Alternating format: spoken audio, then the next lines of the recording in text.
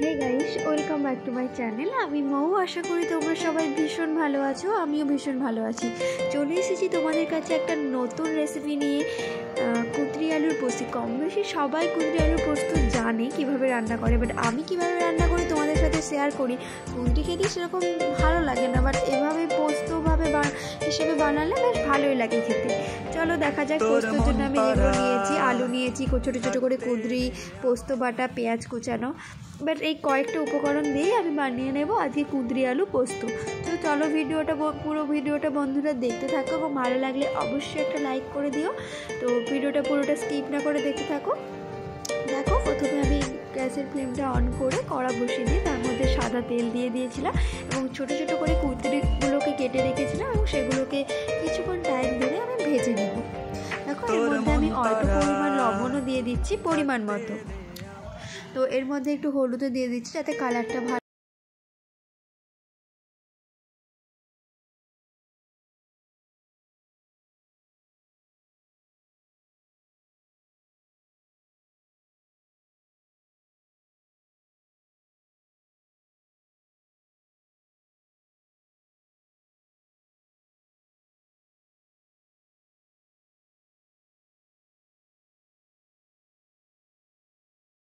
ওর মধ্যে সর্ষের তেল দিয়ে দিয়েছি, আর একটা গোটা শুকনো লঙ্কা যেটা হাতখানা করে দিয়েছি, এবং এর মধ্যে দেওয়া আছে গোটা জিরে আর একটু পাঁচফোড়ন অল্প পরিমাণ। এখানে কালো জিরে দিলেও ভালো লাগে খেতে, আমি এখানে ফোড়নটা দিয়েছি।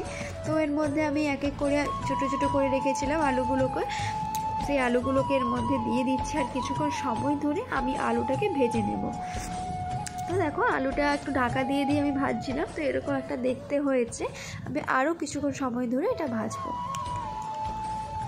তো বন্ধুরা, পুরো ভিডিওটা ভালো লাগলে অবশ্যই একটা লাইক কমেন্ট করে দিও। তো দেখো, আমি এর মধ্যে একটু বেশি করে পেঁয়াজ দিলে পোস্ততে খুব ভালো লাগে, আমি এর মধ্যে একটু বেশি পরিমাণে পেঁয়াজ দিয়ে দিয়েছিলাম, এবং পেঁয়াজটা আমি ইচ্ছে করলে তেলে দিতে পারতাম, কিন্তু স্বাদটা তখন অন্য রকম হতো, তাই আমি আলাদা করে পেঁয়াজটাকে ভেজে নিই। ওই আলুটা ভাজতে ভাজতে তারপরে আমি পেঁয়াজটা দিয়ে দিয়েছি, এবং তার মধ্যে আমি অল্প পরিমাণ নুন দিয়ে দিচ্ছি যাতে আলুটা একটু গলে যায় আর পেঁয়াজটা একটু নরম হয়ে যায়। তো আমি আরেকটুক্ষণ সময় ধরে ভেজে নেব। তো দেখো, আমি এর মধ্যে অল্প পরিমাণ হলুদ দিচ্ছি, যেহেতু আমি এটা কুঁদরি পোস্ত করছি তাই একটু ভাবলাম একটু কালারিং করি। আর একটু কাঁচা লঙ্কাও দিয়ে দিয়েছি, একটু কাশ্মীরি লঙ্কা গুঁড়োও দিয়ে দিয়েছি। আর এমনি যদি নর্মাল আলু পোস্ত করা হয় তাতে অল্প 1 চিমটে হলুদ দিলেই হয়ে যায়। তো দেখো, আমি ভালো করে এগুলো মিশিয়ে নিচ্ছি।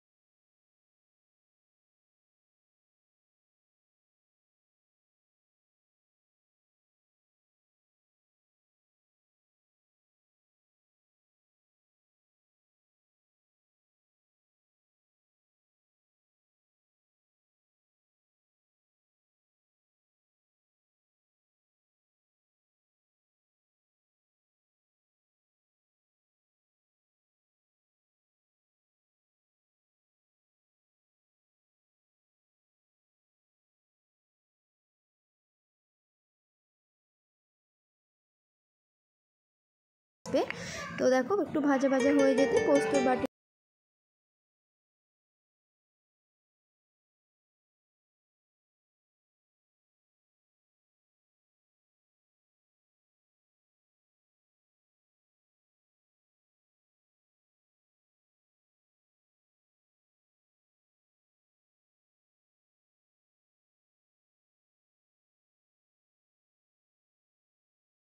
তো ঢাকা দিয়ে আমি কিছুক্ষণ রেখে দিয়েছিলাম।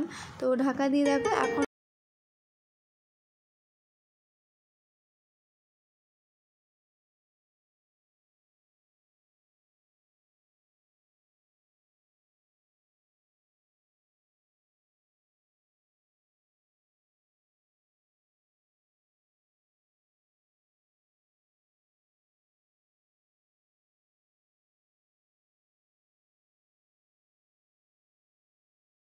বাড়িতে বানিয়ে দেখবে এরকম এইভাবে কুঁদরি আলু পোস্ত, আশা করি ভালো লাগবে।